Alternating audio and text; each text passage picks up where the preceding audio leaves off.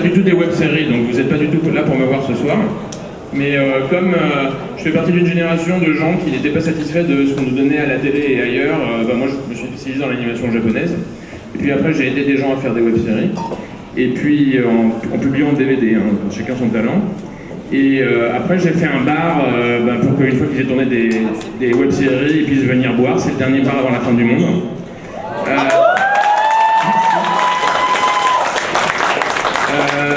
Donc voilà, d'ailleurs notre nouveau slogan publicitaire, c'est que nous sommes le seul bar où depuis 3 ans, John Lang, Pen of Chaos, vient boire ses Guinness. Et ça c'est important.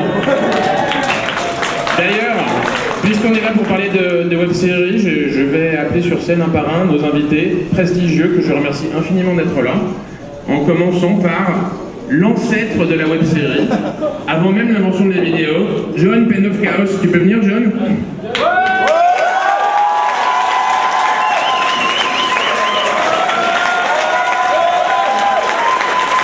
Il n'y a pas de Guinness ici. Alors, je vais appeler en second la personne qui a fait la web-série peut-être la plus connue aujourd'hui en France et qui nous a fait l'honneur de venir de son sud juste pour ce soir. Je le remercie infiniment. Fabien, tu viens s'il te plaît ?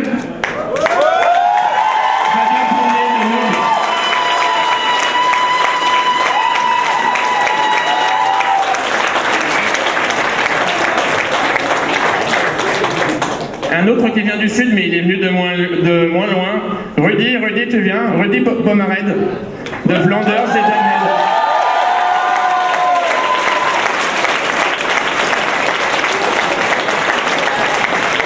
Celui qui sont tous à l'unanimité d'accord pour dire qu'il est le plus talentueux réalisateur de tous, mais lui, il vous le dira jamais. François Descraques.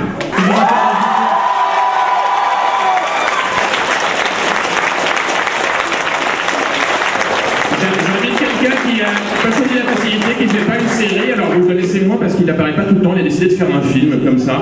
Donc je remercie Rémi Hoffman des Seigneurs d'Outre-Monde de venir.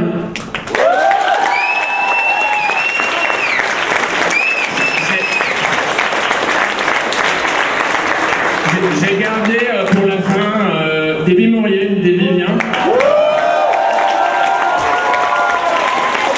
parce que c'est le moins important, parce que Léa c'était un des premiers, mais parce que après la conférence, c'est lui qui prendra la relève et qui nous présentera toute la soirée. Donc merci d'avoir accepté de présenter Déby. Et donc j'appelle la personne pour laquelle nous avons créé cette série, peut-être la personne qui a fait la web-série la plus connue du monde de Guild, que vous devez tous connaître dans l'Assemblée, qui nous fait l'honneur de passer à Paris. Felicia, would you please come in?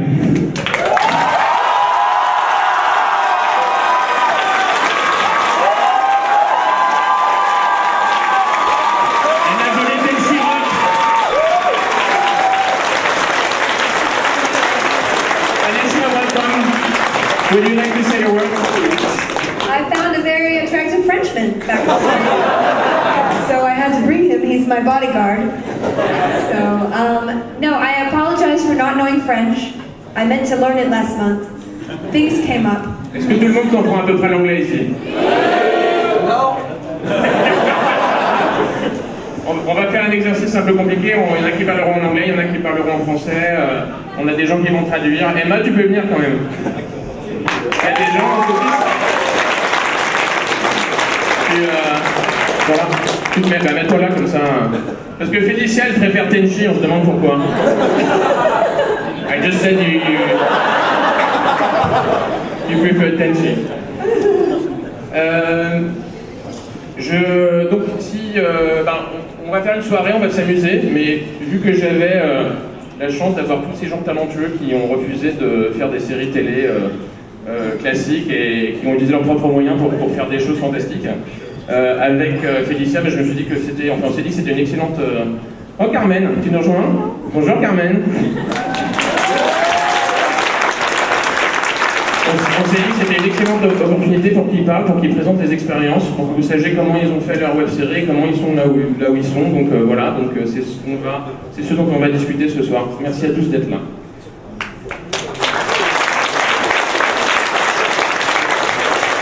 Felicia, You're a major star. You're known everywhere for having played in Buffy the Vampire Slayer, and Supernatural. I think some of them have seen it. I'm familiar with it. Completely legally watched, right? Of course.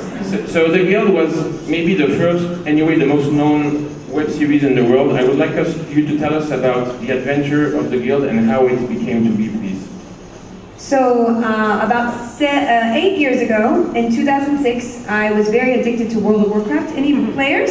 Yeah? Okay, good game, bad addiction. So, I Stay addicted. Who's been addicted? Yeah! It's not good. Addicted to World of Warcraft, heroin, neither is good. Only use heroin in World of Warcraft in moderation. So I was told by my friends that maybe I was playing video games too much. And I was an actor, but I didn't act very often. Enough to pay all my bills, but just be bored.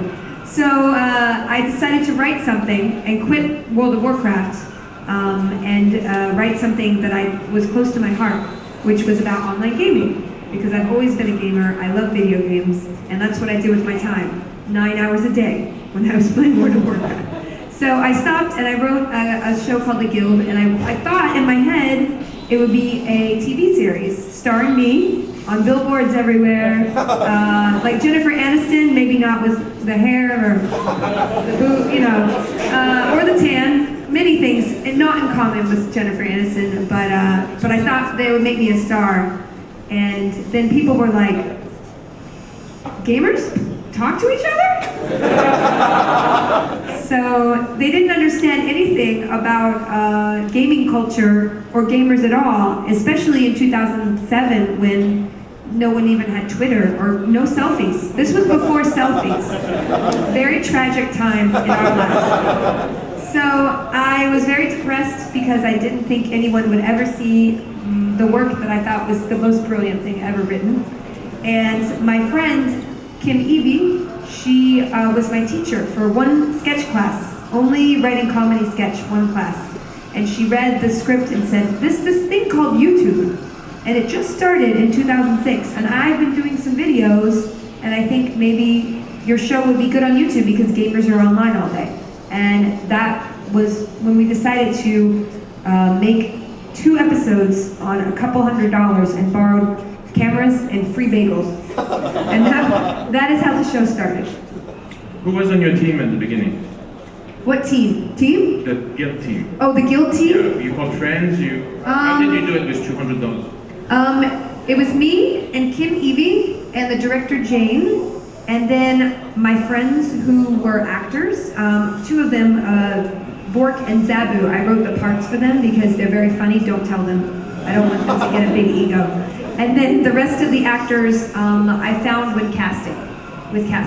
So, and then the only other people we had on set were a director of photography, camera, and a sound person. And everything else, me or Kim did all of the jobs.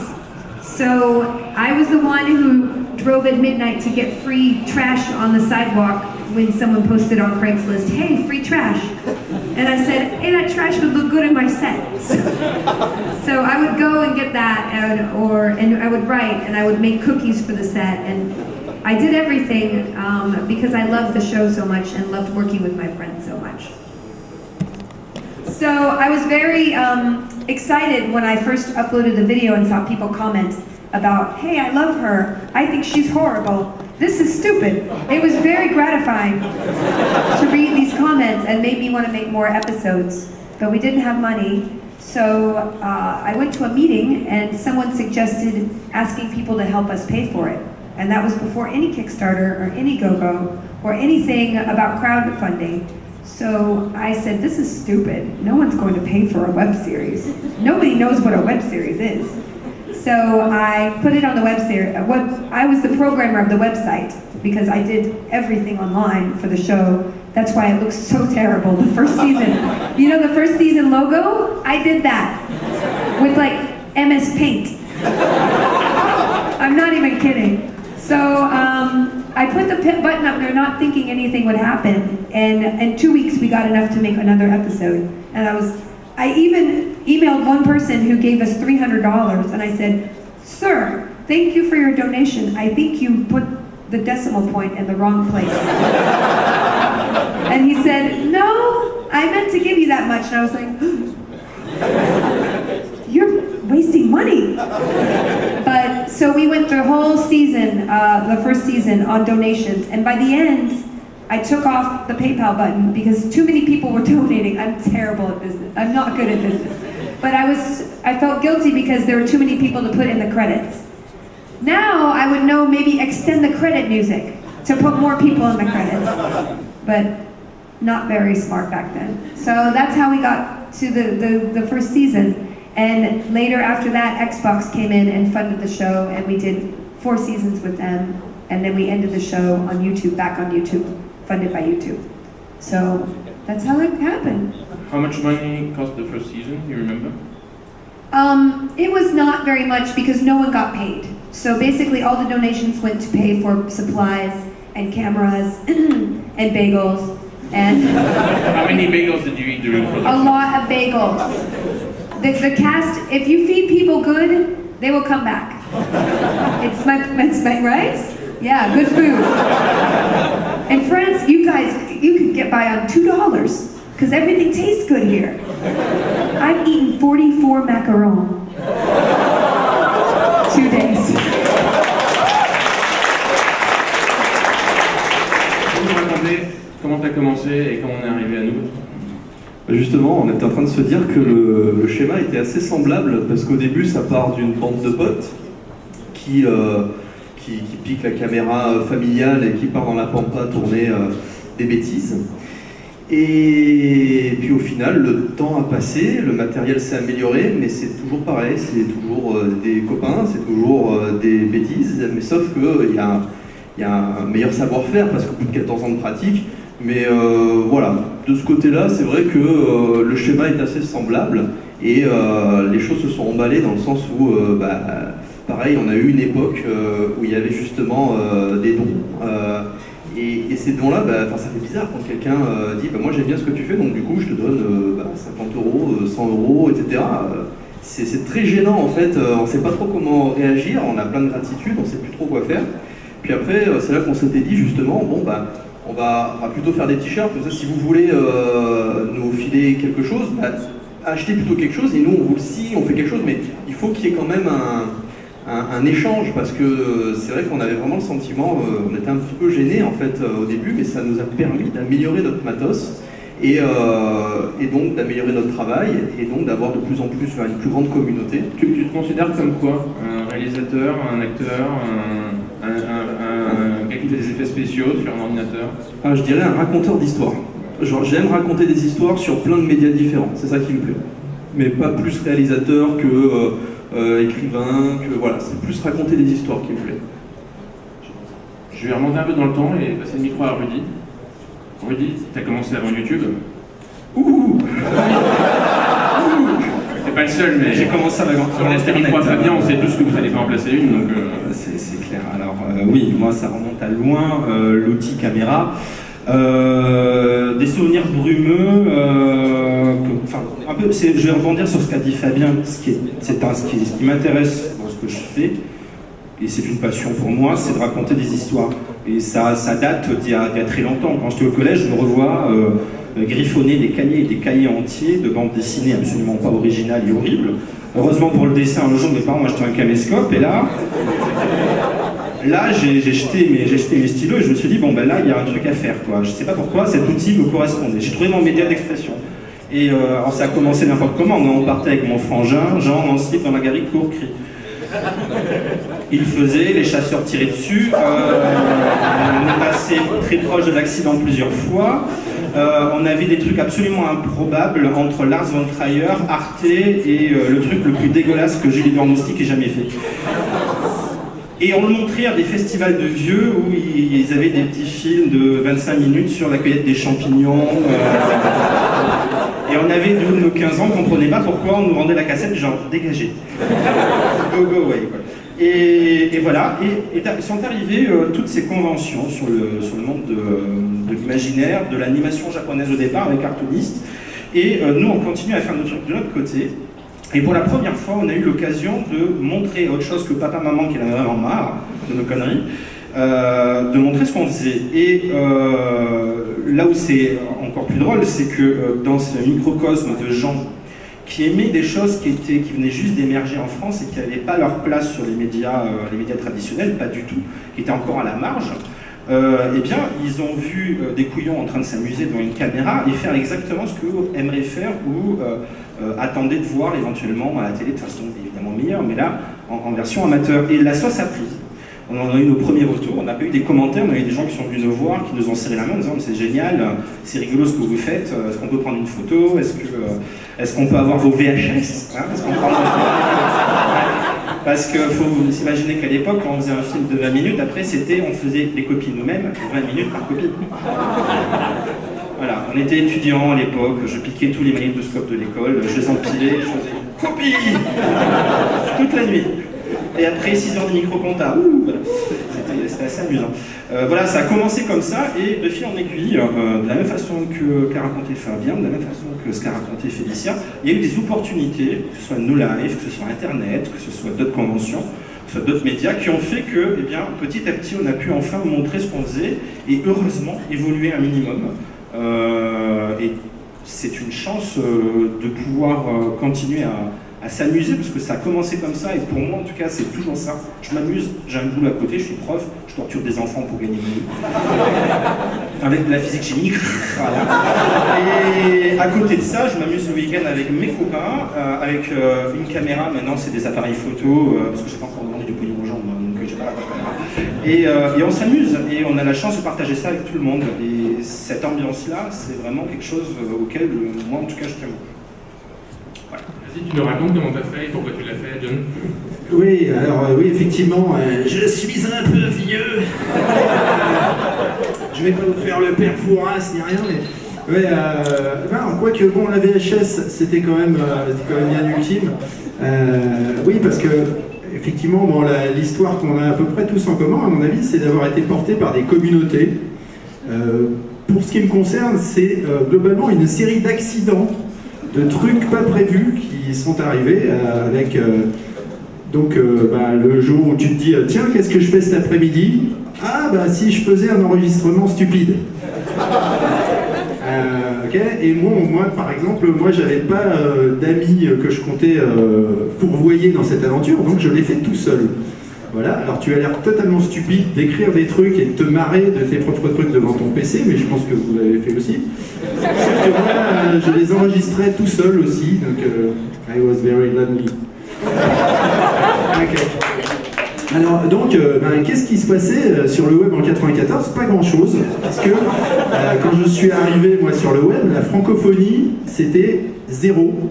Et ça avait l'avantage que quand tu parlais d'un sujet dans la francophone, en français, tu intéressais forcément les gens qui venaient d'arriver sur Internet et qui cherchaient quelque chose à propos de ce sujet. Parce que c'était une époque où effectivement il y avait des... Alta Vista. C'est ça. Avant Alta Vista aussi, on pouvait chercher, mais alors c'était n'importe quoi. Et à cette époque, en fait, tout était à faire. Donc c'était sans doute pour ça que j'ai eu la chance de réussir à faire quelque chose avec mes créations pourries. C'est que il n'y avait rien. Donc moi j'ai commencé à parler de sujets qui m'intéressaient. De la peinture de figurines. Alors là je suis arrivé, je voulais parler de la peinture figurine et j'étais tout seul en français. Donc c'était sympa, je me disais peut-être que ça va intéresser les gens. Et au fur et à mesure qu'Internet s'est monté, il y a tous ces gens qui sont arrivés après pour parler du même sujet, qui disaient « Ah mais il y a déjà un site qui existe, on va mettre un lien vers ce site ». C'est comme ça que je me suis retrouvé avec du monde sur mon site depuis 1994 justement, où j'avais plusieurs sujets. J'ai un site sur le cinéma fantastique, d'ailleurs personne ne le sait, puisque maintenant les gens ils sortent plus trop, mais voilà, des sujets comme ça. Et à chaque fois, les gens me les greffaient sur mon site, ce qui fait que j'avais un petit auditoire. Et quand j'ai mis ces fichiers en ligne, j'avais déjà un webzine avec à peu près 32 lecteurs. Et en fait, c'est une communauté de MMO, puisque à l'époque, les gens jouaient à Dark Age of Camelot quand j'ai lancé... quand j'ai lancé mes épisodes de Donjons et Dragons, il y a quelqu'un sur le forum Dark Age of Camelot qui a dit « Hey, y a un mec qui fait des trucs stupides !» Et là, tout le monde a fait « Ouais !» Voilà, alors, bon, évidemment, moi, je faisais vraiment un truc sur le jeu de rôle papier, mais il s'est avéré que ça parlait aux autres styles de gamers. Et bon, moi aussi, je suis un invétéré du jeu vidéo, d'un tas de trucs. Voilà, donc moi, j'ai quand même travaillé tout seul jusqu'à l'épisode 9. On n'avait pas d'argent, donc du coup, j'avais pas de caméra. Mais le comité d'entreprise... Vous avez glissé où c'est Annonay? Ok, ça me rassure. c'est la plus grande ville d'Ardèche, putain. 17 000 habitants. We're talking about rednecks. 17,000 inhabitants in this. I just learned he's a redneck.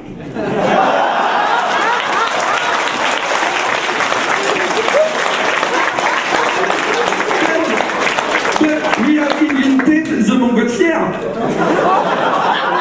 I'm a fellow redneck from America. I'm from Alabama. So, high five rednecks. Redneck and red hair. Oh, we're really connected, David. Are you sure you're her redneck? No hair. Ok, où j'en étais? Ouais, donc mon père a loué la caméra à la ville d'Annonay et j'ai refait des sketchs des inconnus très mal dans ma chambre et que j'aimais mieux les inconnus que les nuls parce que j'avais pas Canal+. Alors du coup les mecs ils disaient c'est génial les nuls, je dis non c'est pas bien parce que je peux pas les voir. Et en fait des années plus tard j'ai vu les nuls et j'ai fait putain c'est encore mieux que les inconnus. Du coup je me suis dit il faut trouver que je fasse ça, mais je faisais ça, moi je faisais des sketchs. Je m'étais pas dit que je pouvais parler des trucs que je kiffais au Club Dorothée. Je m'étais pas dit que je pouvais le faire comme ça. Et Alex Pilote a fait les Mythomanes. Et sur internet... Ouais, vous pouvez l'applaudir Alex. Alors il est pas là, il est en train de monter un truc de 3 heures de la mort qui va rentrer sur nos lèvres, mais vous pouvez l'applaudir. So, but when I went to Comic-Con that first time, many people knew Dr. Horrible, but they also knew the Guild because the Guild had been released for almost a year at that point. So, and I went around with my bookmarks and I put them everywhere that I could put anything free, I would hand them out to people. And the cool part was when I handed one to someone, they said, "Oh yes, I watched that show." Wait! But the first time I ever screened it was for, I believe, there's an organization for Joss that fans make, Can't Stop the Serenity. Do you have this organization here? Yeah, they do screenings to raise money for charity. And the first time I ever saw it was probably season 2, when we screened the whole thing. And I was so excited because it was in the theater. And when I heard people laugh live, first time, I started crying. It was very amazing. It was an amazing experience. En fait, c'est grâce un peu à tous ces messieurs et aussi à Alex Pilote qui n'est pas là. C'est grâce au Mythoman que j'ai découvert quand j'étais tout gamin et que mon grand frère me disait ah regarde, j'ai été un cartooniste, c'est vachement bien, c'est l'anti-sud et tout. Et alors, hop, regarder les VHS, c'était juste génial de voir ça, quoi, de toutes ces parodies de plein de séries qu'on adorait et tout. Et à l'époque, moi, je faisais déjà pas mal d'écriture, des petites nouvelles, de la bande dessinée, je dessinais, j'écrivais, tout ça. Et je me suis dit, mais c'est ça que je veux faire, quoi. Je veux vraiment me lancer dans la vidéo. Et en fait, je m'y suis lancé un peu professionnellement, puisque après j'avais fait un BTS audiovisuel, j'ai continué dans le montage et tout ça, en clip, en pub, en truc. Et je me suis retrouvé à faire une grosse partie de la réalisation, supervision d'effets spéciaux, un peu tout ça sur un projet qui a duré quand même 10 ans. Donc gros travail. Donc voilà, ça s'appelle l'Ordre Sith. C'était un peu l'épisode 7 de Star Wars. Donc on va attaquer J.J. Abrams, je pense qu'on va faire un Et voilà, donc c'était vraiment une super expérience, hein. Tous les fans, des passionnés qui faisaient les maquettes, les costumes, qui faisaient plein de choses eux-mêmes et tout, et donc ça nous a permis de faire une grosse aventure. I think we are all here because at some stage we discovered that the mainstream TV and all the medias were bad people. Because yeah, they never Be careful, Felicia is a renowned actress. They didn't believe in anything we know or we like, and then we had no choice but to do it ourselves. And because you said in 2006 they didn't know anything about gamers, but it's still the same. It's true. It's true. A little bit more. They know a little bit more. Maybe Angry Birds.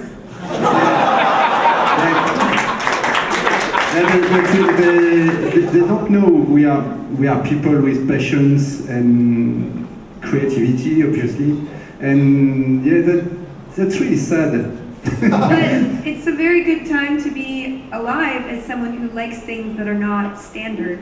Because 20 years ago, wait, how old are you? It's cool. 43. Oh, 33? 43. Oh, 43. 43. Okay, you're not that bad. So, but 20 years ago, you wouldn't be able to make something and have someone on the internet find it. Or even in, 10 years ago, you would not be able to find video about someone who is very passionate about something, but it's not accepted by everyone. And everybody here is making something that will not be liked by every single person, but they're liked by so many people. And because the world is smaller now with the internet, and we can reach people who like something more specific.